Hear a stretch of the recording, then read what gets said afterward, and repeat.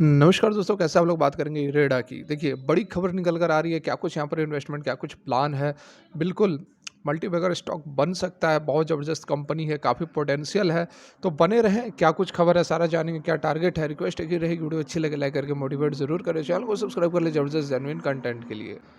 तो यहाँ पर देखिए, पिछले दिन की यदि बात की जाए तो ज़बरदस्त तेज़ी रही है, 7% की तेज़ी यहाँ पर बनी, 110.75 पर क्लोजिंग हुई है और काफ़ी दिनों के बाद ये देख सकते हैं कि काफ़ी लंबा यहाँ पर कंसोलिडेशन चला है, उसके बाद ये तेज़ी निकल कर आई है। और ये जो कैंडल भी बनी है, मारूबोजू कैंडल बनी है, जो कि बता रही है कि अभी आगे भी स्ट्रेंथ यहाँ पर रह सकती है, लेकिन जो टारगेट वो बहुत ऊपर तक नहीं जाएंगे, क्योंकि इसका जो रेसिस्टेंस है वो 123 पर बन रहा है।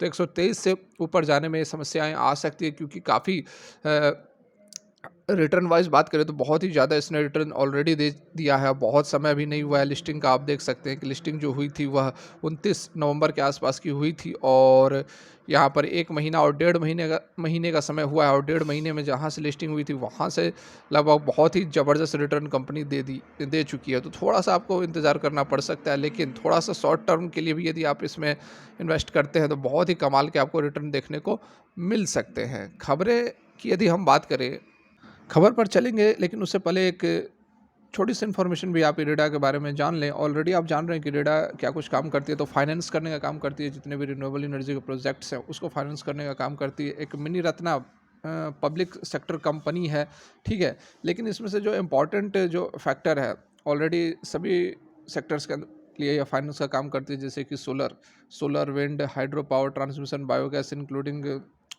बायोगैसेस, इंडस्ट्रियल कोजनरेशन वगैरह वगैरह, ठीक है। तो मेनली यहाँ पर सोलर पावर और विंड पावर प्रोजेक्ट, मतलब कि जितनी इंडिया के अंदर जिस तरह से जनरेशन होता है, सबसे अधिक शेयर अभी सोलर का है। तो नॉर्मल सी बात है कि सोलर के अंदर ज़्यादा फाइनेंसिंग करेगी, उसके बाद विंड का है, उसके बाद हाइड्रो का है। तो उसी तरह से यहाँ पर जो है फाइनेंस करने का भी काम करती है। लेकिन यहाँ पर एक चीज़ आपको जाननी चाहिए कि कंपनी जो है वो लोन बुक फक्रेशन बाइफ्यूरेशन की यदि हम बात करें यहाँ पर, तो आप देख सकते हैं कि प्राइवेट सेक्टर के अंदर कंपनी जो है 73% लोन बांटती है, ठीक है। और पब्लिक सेक्टर में, मतलब कि सरकारी कंपनियों को 27% का लोन बांटी है।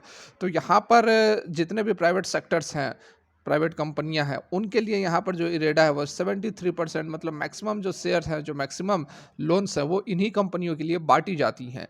तो यहाँ पर देखिए, इस खबर की यदि बात की जाए तो यहाँ पर देख सकते हैं कि टाटा पावर अनवील 70,000 करोड़ का green energy push in Tamil Nadu, ठीक है। और ये लेटेस्ट अपडेट यहाँ निकल कर आ रहे हैं।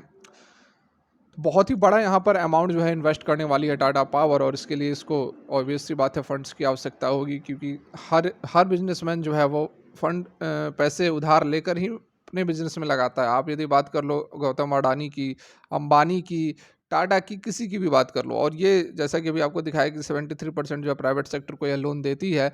तो यहाँ पर जो इरेडा बहुत ही बड़ा बेनिफिशियरी साबित होने वाला है।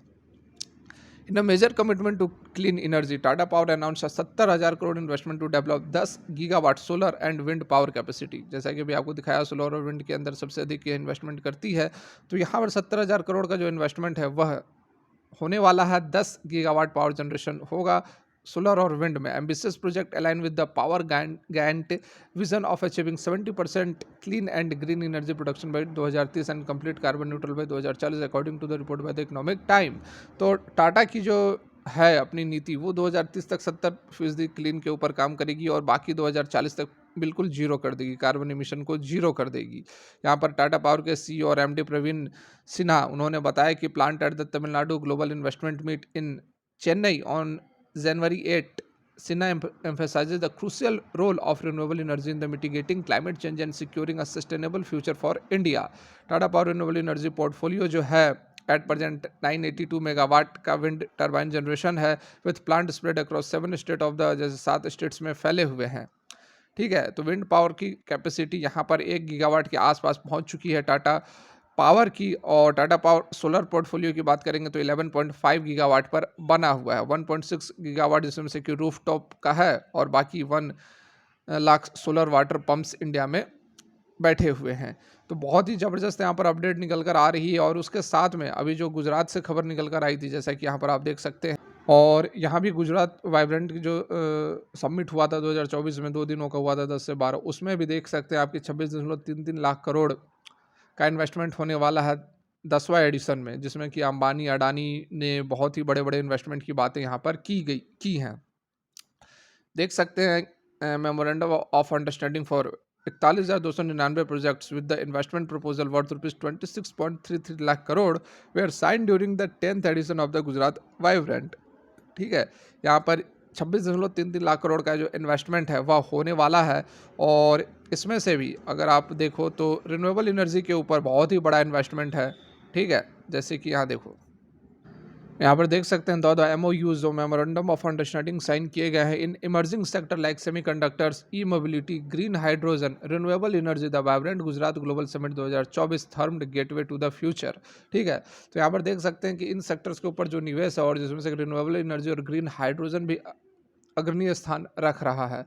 तो डेफिनेटली जो भी अभी देखिए लाखों लाखों करोड़ों के इन्वेस्टमेंट चल रहे हैं, आने वाले समय में होंगे, तो इसके लिए जो फाइनेंसिंग का काम करेगी वो गवर्नमेंट की जो कंपनी इरेडा है वही करेगी, क्योंकि गुजरात के अंदर ये सारी इन्वेस्टमेंट हो रही हैं। तो डेफिनेटली यहाँ पर गवर्नमेंट की ही सारा कुछ चल रहा है, क्योंकि गुजरात में नरेंद्र मोदी जी का अपना खुद का उनका स्टेट है, तो उसके अंदर ज़रूर यहाँ पर इन्वेस्टमेंट वो चाहेंगे कि कंपनियाँ आएँ और निवेश करें, और उसके लिए इनकी जो भी गवर्नमेंट एजेंसियाँ हैं वही पार्टिसिपेट करेंगे, क्योंकि इसमें दोनों का फ़ायदा है, गुजरात का भी फ़ायदा है, इरेडा का भी फ़ायदा है, सरकार को भी रेवेन्यूज़ के तौर पर पैसे मिलेंगे, तो सारा कुछ यहाँ पर अच्छा ही होने वाला है। तो डेफिनेटली इस सेक्टर के ऊपर हम नज़र बनाकर रख सकते हैं। आने वाले समय में एक अच्छा खासा मल्टीबैगर रिटर्न हमें देखने को मिल सकता है। यदि आप मीडियम टर्म के लिए भी अगर इरेडा के अंदर रखते हैं तो अच्छा खासा आपका पैसा हो सकता है। तो फिलहाल के लिए वीडियो यहीं तक। अच्छी लगी हो मोटिवेट करने के लिए एक लाइक ज़रूर कर दें, इससे आपका कुछ नहीं जाएगा, हमें काफ़ी मोटिवेशन मिलेगी। चैनल को सब्सक्राइब कर ले इस तरह की ज़बरदस्त और जेन्युइन कंटेंट के लिए। तो फिलहाल के लिए वीडियो यहीं तक। Thanks for watching, have a great day.